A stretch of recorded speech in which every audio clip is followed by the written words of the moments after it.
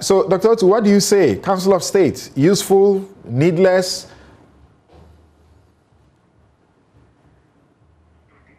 Please unmute your mic. I've done that. Great, thank you. Thank you. I've been listening. So, Suleimana read from the Yanti Amwabedu report about the Council of State doing advocacy. And I think one of the things in the report said was that the council now represent the president. They are hugely involved in mediation and many other things. I happen to have been in that meeting with the council. So in actual fact, the council does a lot of things outside of the public purview. Now, when we are discussing the Council of State and boxing it up with an emotional issue called Ex-Gratia, we are likely to lose sight of many things.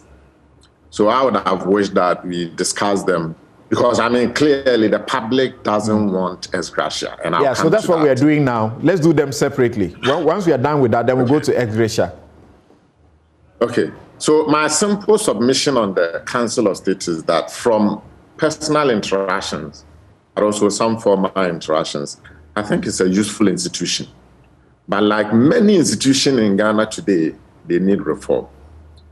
And given the public perception today, they themselves must also justify their importance one way or the other. And that would mean, for example, that some of the things they do which are so beneficial to the country, they let the public know. They may not be able to come up telling the public that we advised the president on this and he went in this or that direction.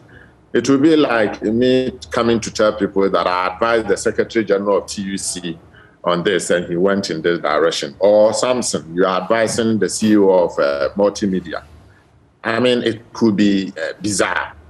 But there are many other things they do. Mediation, for example. Given the tense political partisan position we have in the country today, they do a lot of background mediation between the two main political parties, which are helpful for this country, and many other things they do. And I think that they should find a way to let the public know some of those things that they do for the nation. It needs reform. I don't think that it will require we scrapping it completely. And let me deal with this other issue. So, for example, if you have a public servant appointed to the National Media Commission, he's already drawing a salary from the Consolidated Fund. That's right. And by the virtue of his appointment to say the National Media Commission, he is also supposed to earn some allowance, not some, in fact, a huge figure. Yes, very huge. And I'm telling you that the institutions get into difficulties not knowing how to pay. And they are all the time struggling because here's a public servant drawing a salary from the Consolidated Fund. And what the National Media Commission also is paying also has to come from the Consolidated Fund. So clearly, there are some conflict. There are some challenges with Article 71 with our Constitution that needs fixing. Okay. It's important that we do not box the issues. So, for example, if because of the hula baloo about Ex-Gratia, we say the Council of State ought to be scrapped. Samson, the figures you show on the Ex-Gratia on the board, if you go to the judiciary, some people would have earned 3 times what the president Ex-Gratia you showed. Does that mean that we should abolish the judiciary? What do you mean by what you just said? What I'm saying is that the Ex-Gratia figures you saw, you put out there. Right. If you took a Supreme Court judge who just retired under the Yanti Amwabedu report, that Supreme Court judge would have earned 3 times the Ex-Gratia of the president. And that is the reason why I'm saying that we should separate the two issues. I mean, Ex-Gratia is an emotional issue. From our interactions across the country. Yes, so we are not dealing with Ex-Gratia yet, but don't you see some amount of difference that a judge gets appointed, and they are there until they have retired. And you have MPs doing 4 years, taking it, going back 4 years, taking it, going back. For as long as they can return, they'll get ExGratia. Council of State, well, there's no, automatic return, but you may be appointed back. There are Council of State members who have served over a period. Okay. So you think there's a difference? It's more nuanced than that.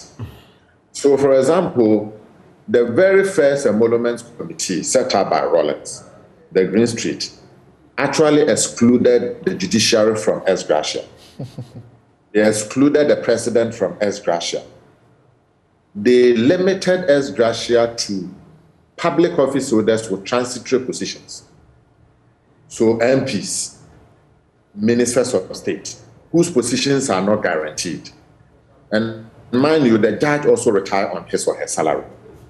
So that is enough ExGratia. That is enough gratuity for them to be paid on top of that ExGratia. Okay. But as I've said, it's more nuanced than that. The details can be more heartbreaking than you probably are putting it. Okay. So, I mean, my take on the Council of State is simple. For me, it is a useful institution. We need to reform it, just like many other institutions in the country. Okay. And they themselves ought to let the public know some or the other important duties and functions they perform for this country, as a way of justifying their inclusion, justifying their importance, at least giving the public perception that it is a useless institution.